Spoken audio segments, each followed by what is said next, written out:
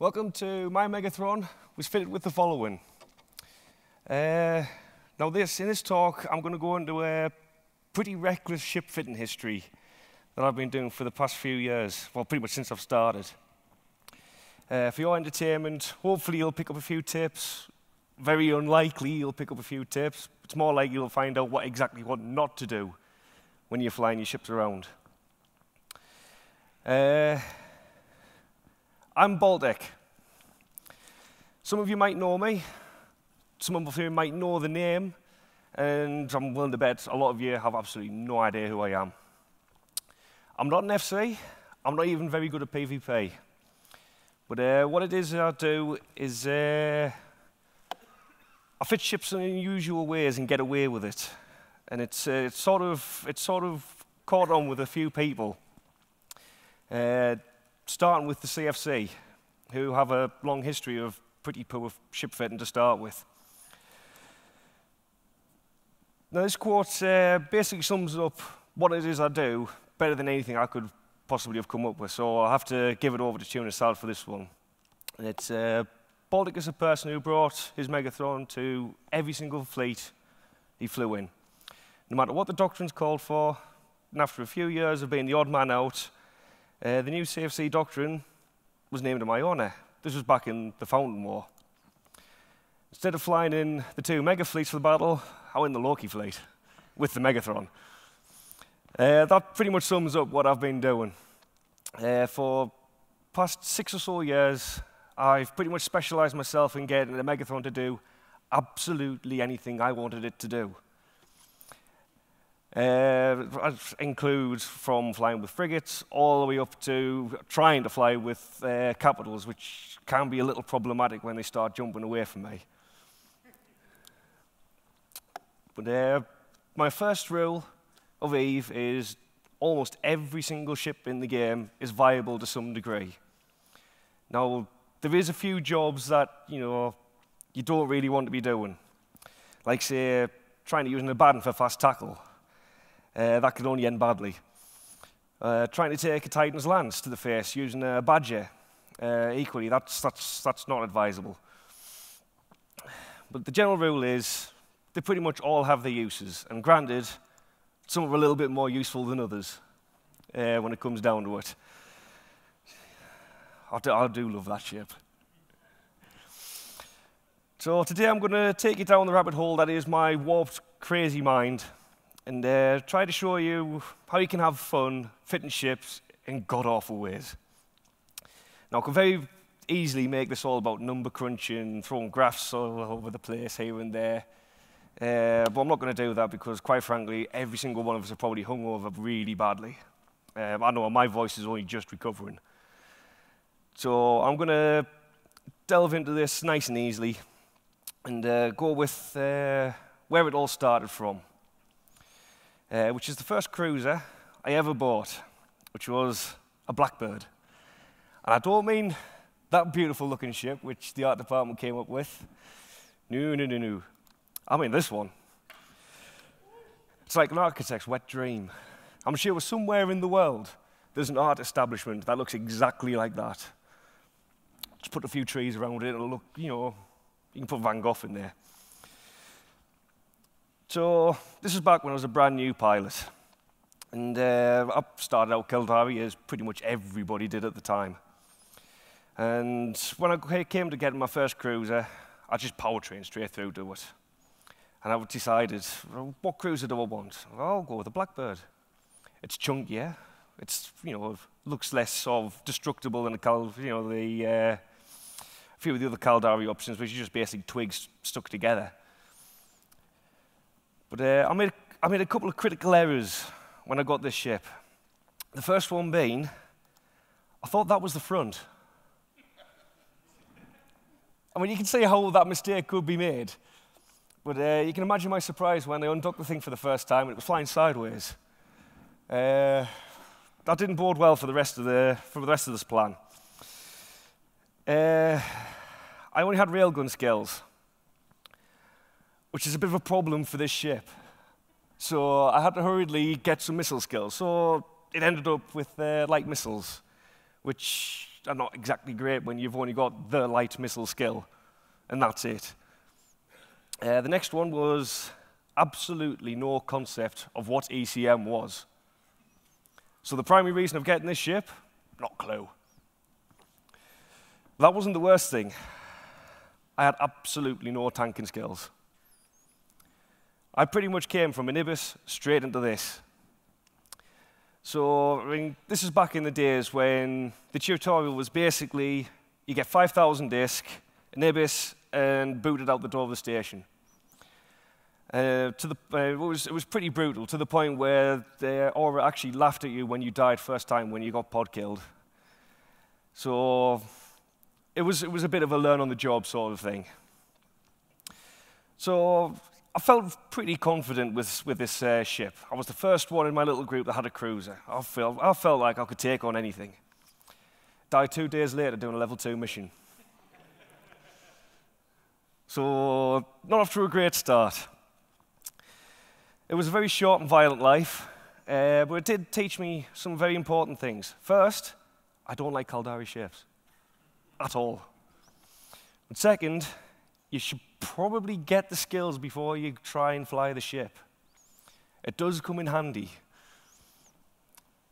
But after this, well, disaster, we can't call it anything else, I decided to move on to a different line of ships, get a little bit more experience, and somehow I ended up out in nullsec. And that's where I actually found my first ship I actually truly loved. And that was this little guy, the Retribution. Strong contender for the sexiest ship in EVE. And there's some very simple reasons for getting this ship. Sleek, it's got wingy bits, it's got engraved gold, and it fires lasers. That was it. So, I mean, who can say no to that? So, I mean, the Retribution wasn't all just looks. It was actually a tough little ship. It did have good firepower. It did have one slight flaw, though.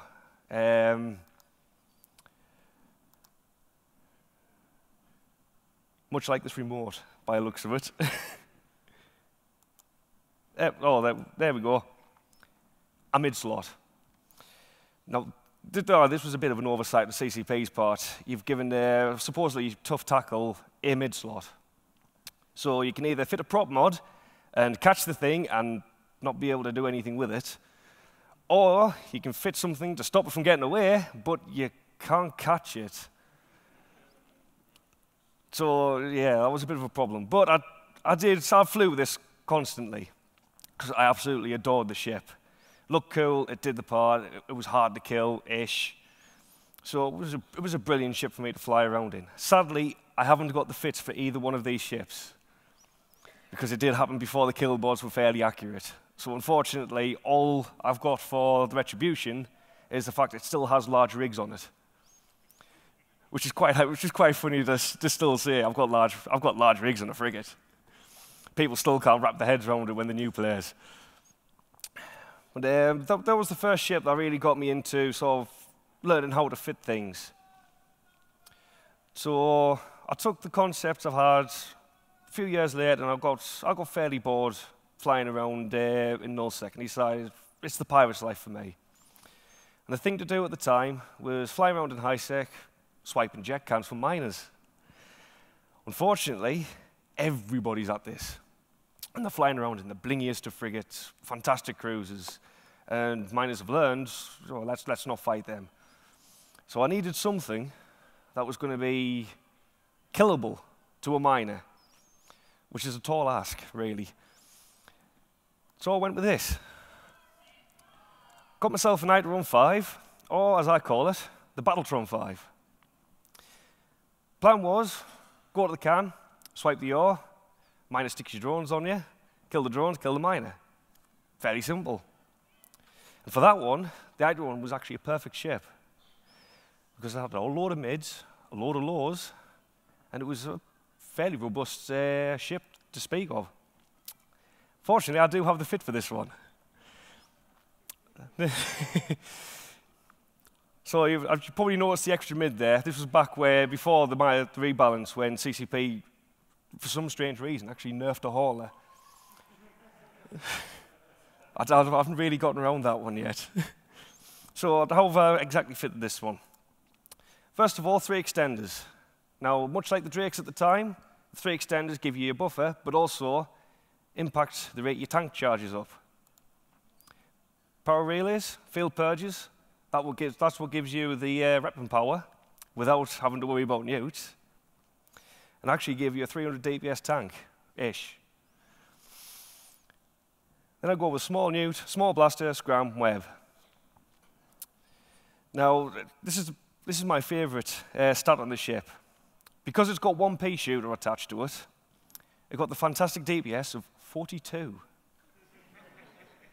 which, as everyone knows, is the perfect number. Now, I'll be honest, just about anything with a rep attached to it is going to beat the firepower of this little thing. But the glorious thing is, you have the ammo to outlast him. And that did come in handy a little while later. This is what I ended up doing with it. It turns out, Outrun fires are bloodthirsty little buggers. Now you see, with cruisers, frigates, miners, all on that list. But I think a few of you might have spotted something special up there. That's a rock. It died solo.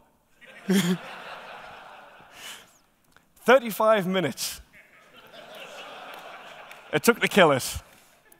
At one point, for about 10 minutes, it hit peak recharge on the shields. It wasn't moving. I honestly thought it was going to get away, and then it just sort of slowly started ticking down. Ooh, at that point, I was shaking in my chair. What made it even better was that the rock pilot realized this. He ejected from the ship and tried to come back in a frigate to try and kill me when the rock hadn't been able to kill me. Which, well, didn't make much sense, but hey, there we go. So I had a dilemma. Do I kill it, or do I steal it? And of course, you can't pass up a chance like this to have something like that on your records. So naturally, it died. But this gave me the confidence to take on several more battleships. And you can see the kill right at the top. That's when I took on the next battleship. It died in seconds. So it really depends what you get. If you take on something with rail guns, you're probably going to win. If you take something that has newts and pulses, it's highly likely it's going to wipe the floor with you. But at the same time, for a hauler, it's not too bad. And the great thing is, this is still possible, and people don't do it. So you can still get away with this sort of thing. And the better thing is, the deep space transports, they get a massive tank. And they have the cargo hold to keep it up as well. So that was probably one of my favorite ships to fly around in at the time. But it does prove you can stop the rock, and all you need is to stick with the pea shooter. So this brings me on to another rule of Eve, and it's one that far too people take heed of. Bigger isn't better. Battleships, battle cruisers. I mean, I did kill battle cruisers as well with this thing. They're all in the menu for everything, pretty much. Even a swarm of ibises will bring down something much larger than themselves. Granted, you'll lose a lot of them, especially if they're fitted with smart bombs. But probably the most fun I've ever had has to be with, naturally, the Megathron. By far my favorite ship. I've been using it for the better part of 6-7 years now. Trying it in all sorts of different combinations, different fits. I even started before battleships were even considered even useful by even the battleship pilots. I think at the time, I was the only person in the north that was flying around a Megathron for a couple of years because everybody thinks they're just dog shit. But apart from the gorgeous looks, it does have a few redeeming qualities, namely firepower, and surprisingly enough, it's tank, which can be pretty beefy. But when it really started to kick off, when I started making my name with this ship, was during the siege of VFK. Now, everybody remember this time because it also had the god-awful Drake fleet. Now, we've got people who love it, people who hate it. Most people hate it. That's probably why it went. But it was this fleet that started the whole ball rolling with the Megathron, which was completely accidental. It was in the siege of AFK. We were basically trying to stop everybody from coming through the gate. So all we did was just jam up the gate with drakes and just keep on throwing drakes and drakes and drakes at it. Hopefully until they stopped coming, or we ran out of drakes. Turned out we ran out of drakes first. So I've lost at least 3 of these things. And what have I got left? Oh, there's a Megathron. So I threw a shield tank on it, threw blasters on it, just anything I had. I just threw on this thing, went back out there, and to the shock of everybody, the bloody thing survived. So then we went on the offensive after winning that, and it kept on surviving with these drakes, despite the fact it stuck out like a sore thumb.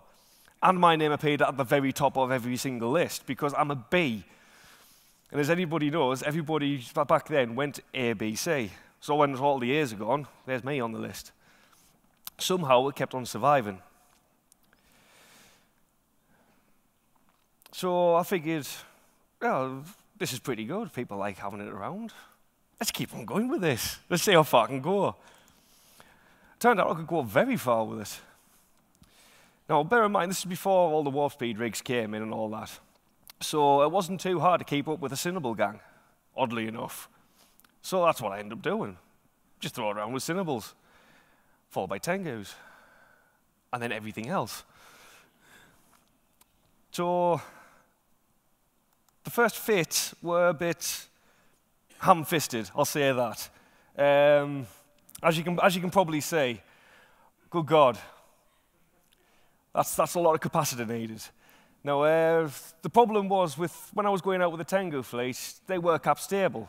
So naturally, the Megathron had to be cap stable, while running the prop mod and its guns in the most cap-hungry ship in the game. So the laws were pretty much dedicated to just keeping the thing going. And then you had the token shield tank slapped on top, which is surprisingly robust, considering how little it actually gave me.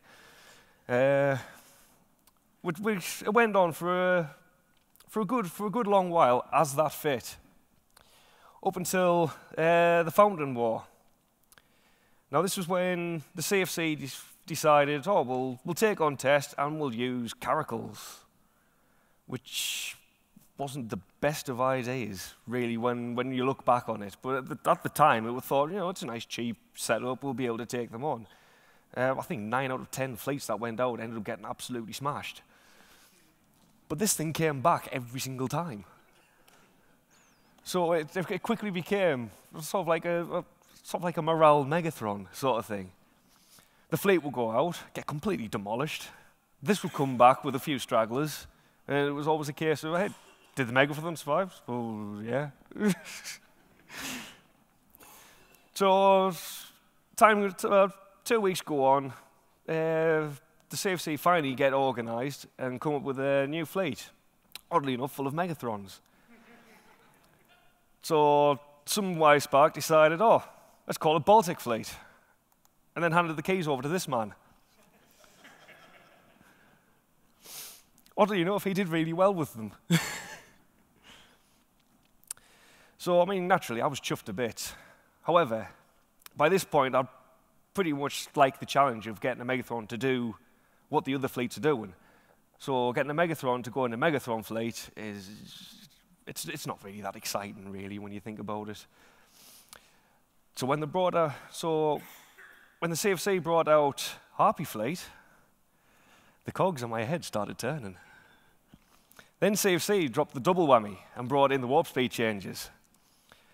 First reaction was, shit.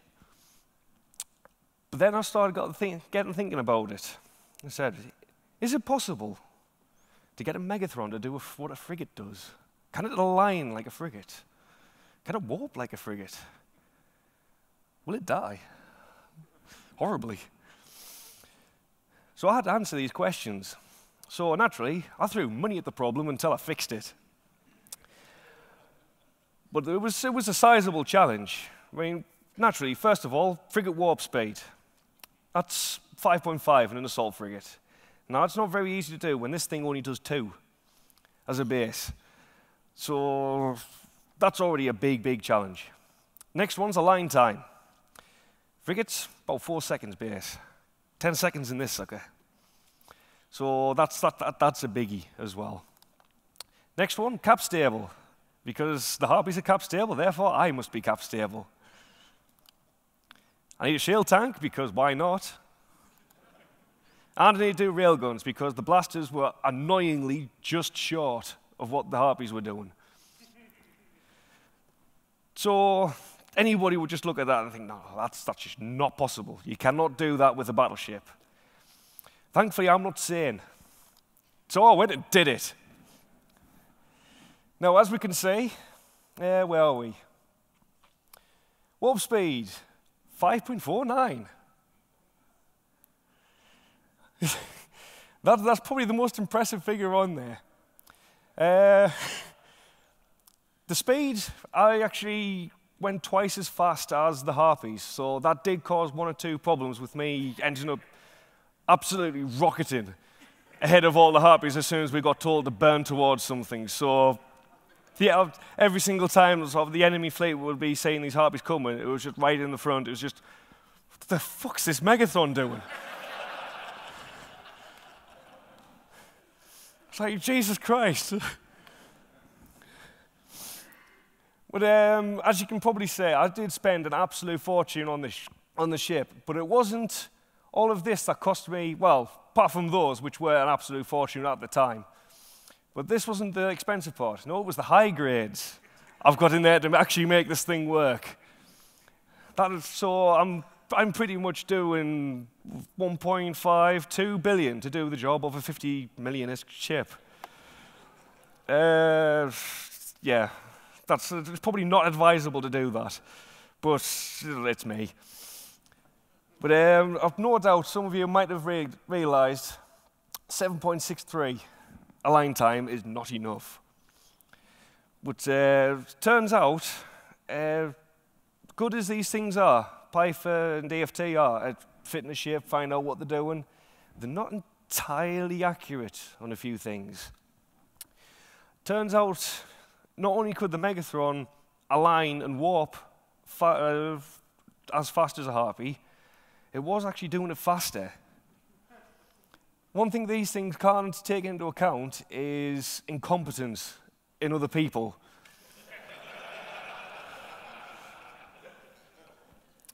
That's probably best demonstrated in a few choice quotes that tended to come up in fleet after fleet. First one, naturally, is, why is there a Megathron in this fleet? It's a frigate fleet. Why is that there? Generally, the answer to that one was, I didn't even have to answer that one. Everybody else did it for me. Don't ask. It's more likely to survive than you are. And this is true. That fit, I never lost through the entire Fountain War. It came back on fire many, many times. But I didn't lose it. How? I have no idea. But my personal favorite was, after the fleet's been told, burn a destination. Inevitably, there's stragglers. And inevitably, this one always came up.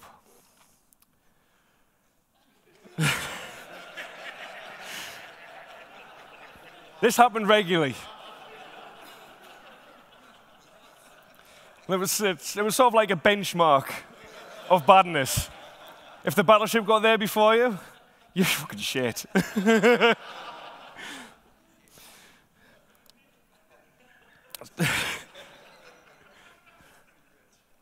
So, I mean, I've got dozens and dozens of different fits for different fleets all over the place. Solo. I've actually got one I keep on threatening Neddy with, which is called the Logithron. I can't quite get it working yet because of the cap issues. But one day, possibly with these new implants, I might be able to get that one working. So the threat might be real. But But throughout the Fountain War, there were a few people who did question, how is this possible? How is this possible? And despite coming back looking, well, pretty much with more holes in it than ship a lot of the time, there was a lot of people that thought that this was my actual fate. Especially when this thing was out running interceptors a few years ago. But it just goes to show, you don't need the perfect ship for the job. I mean, it's preferable. Chances are you're going to either get booted or shot in the fleet if you bring one of these to any frigate fleet anywhere else. But you can get away with a lot in the ships if you know what you're doing with the ships. And I've spent a lot of time farting around with this ship, and I'm still learning new things with it. But after all the wars died down, it was the age of the interceptor, and I decided I want to get in on this action. I want to start beating up interceptors that come and roaming around shooting all these AFK radders. But much as I love the Megathron, shooting interceptors that are orbiting you about 500 with anything short of a small gun isn't going to work.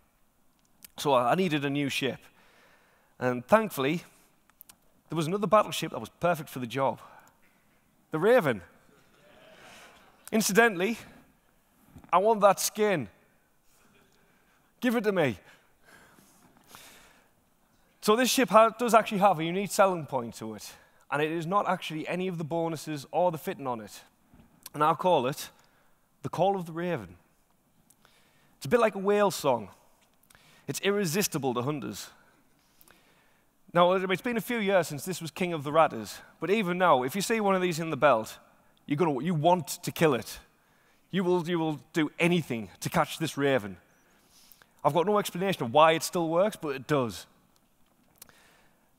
So I decided, right, I need to get this thing, I need to fit it up so it's the perfect anti-interceptor ship. So naturally, I took this shield tank and fit, and I armor tanked it. I then used a sizable amount of mids to make it an absolute pain in the arse to anything that came close to it. I also had get out of jail free card, just in case. I then stuck a couple of newts in, and then light missiles.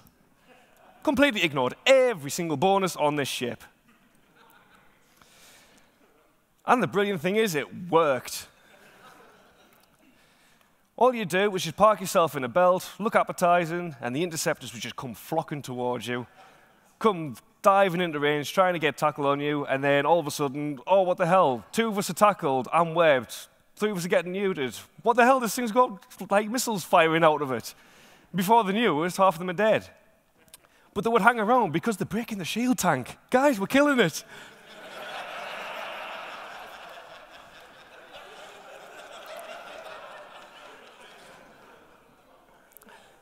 So it was absolutely brilliant, especially in low sec, and this thing still works to this day.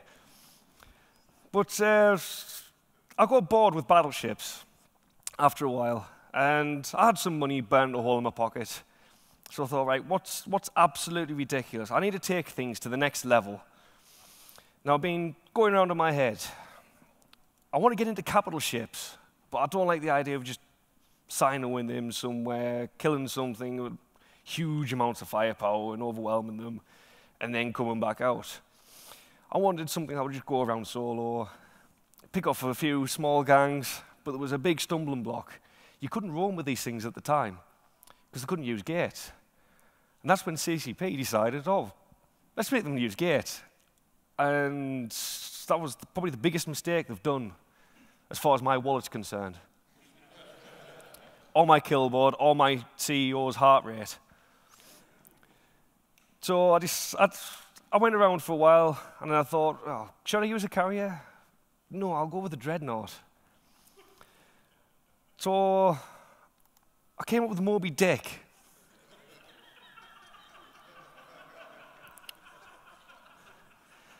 A nano-Roman Dreadnought. Filled with tackle, just enough tank to deal with small gangs. And the idea basically was move rapidly from system to system, gain a bit of interest, smash a small gang, and then sign them out, just like Moby Dick, beast of the deep. And believe it or not, I built it and it worked. For a brief time. See, problem is, when you build something like this, despite the fact it will blap anything from an active tank battleship right down to bombers, was that when you're flying around in a capital ship as bonkers as this, people will take notice and then they will start coming up with plans to try and kill it, which is exactly what happened. As you can see, it's horrid. I decided to go with a shield tank because it's got a shield bonus. Unfortunately, for some obscure reason, a shield tank takes up twice as much cap as an armor tank, which was what the downfall was. Basically, it ran out of cap. But I came up with the Mark II, made many improvements on it, and then CCB decided to change everything. And it no longer could do this, which made my CEO very, very happy.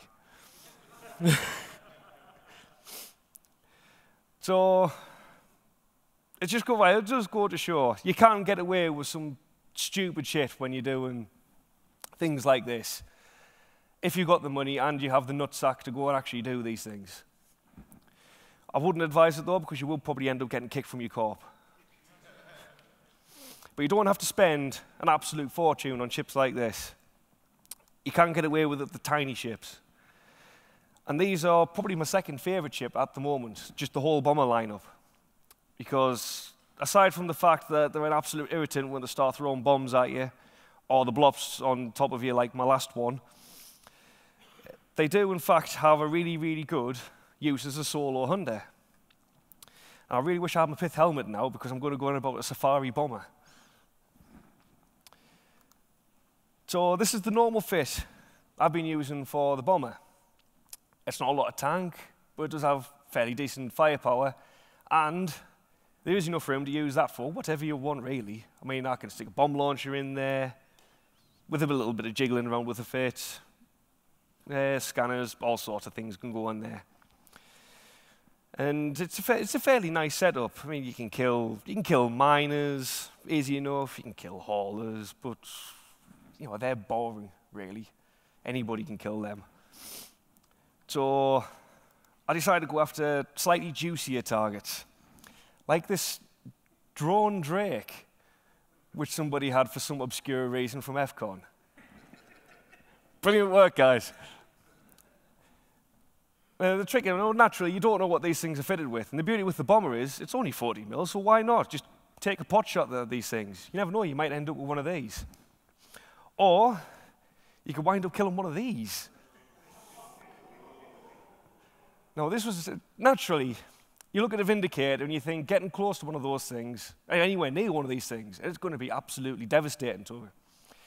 Unless you shield tank it like this guy did. But that's the beauty of getting lightning strikes in bombers. You can sit in system, wait for them to rat, strike like lightning. Unfortunately, this guy didn't learn the lesson of bigger isn't better, or that lightning strikes twice.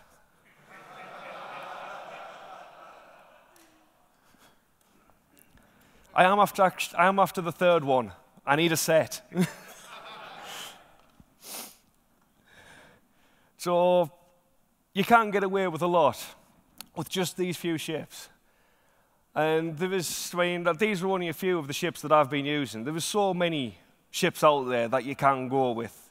Like you can just fit however you want, do whatever you want, just experiment with them. Because you can end up with, doing stupid things like this with absolutely nothing. That's what I like about Eve. Because not only can you think up new ways to do things, even after all these years, but your actions can actually potentially impact thousands, make a name for yourself as fleet commanders, brilliant pilots, evil wizards, notorious scammers. Turns out people know me because I'm a snowflake who brings the wrong ship to every single fleet. You can do whatever you want. After all, the most popular ship in Eve is a dreadnought that happily munches on rocks in high sec. And everybody knows its name. So, thank you very much for letting me explain my decrepit ways of badly fitting ships to you. How long we got? We've got a fair amount of time, so if you want to do questions, I'm sure we can pass a mic around if we've got one.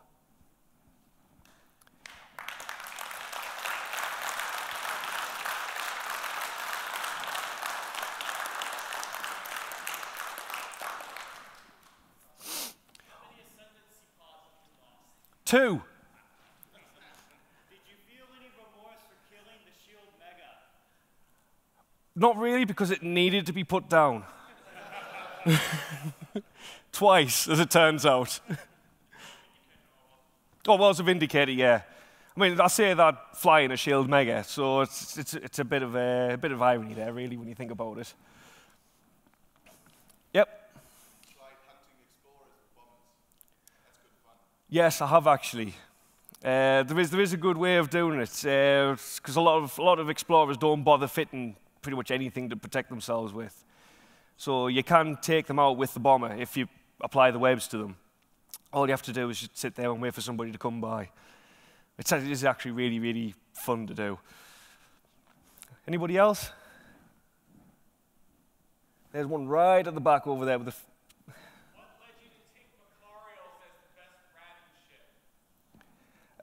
Simply because they're stupidly fast.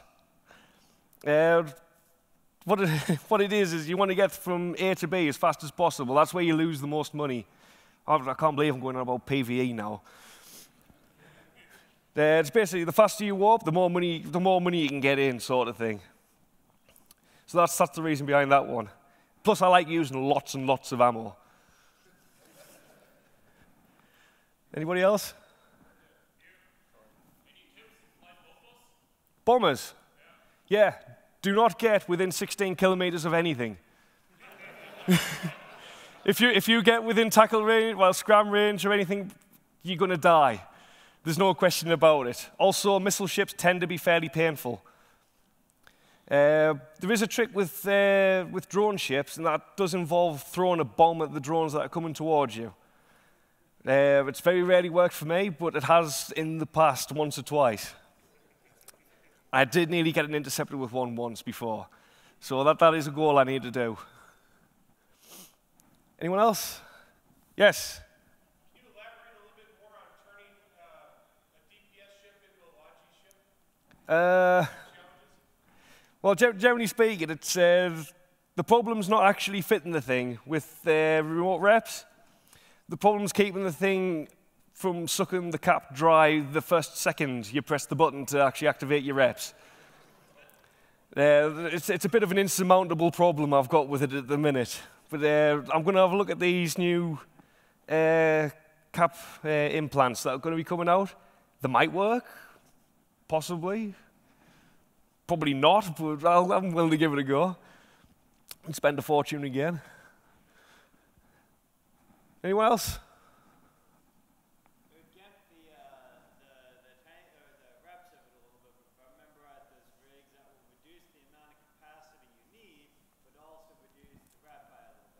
Yeah.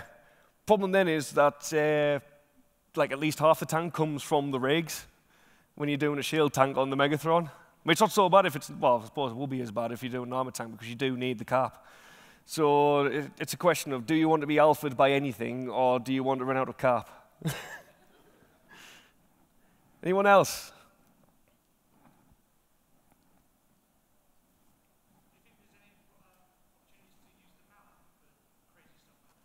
Absolutely anything. I mean, I've used haulers, battleships for being a frigate. You know, the possibilities are endless. Chances are you will die. I'll just put that one out there right now. Well, why Baltec 1? What happened to Baltec 0 and Baltec? I own both, technically. The problem was, when I first started playing, I quit within the first week. And then I forgot the login details for the original Baltec. And I couldn't be bothered to go with going through the whole process of getting it back, so I just put a 1 in the end for the next one. It's pure laziness. Anyone else?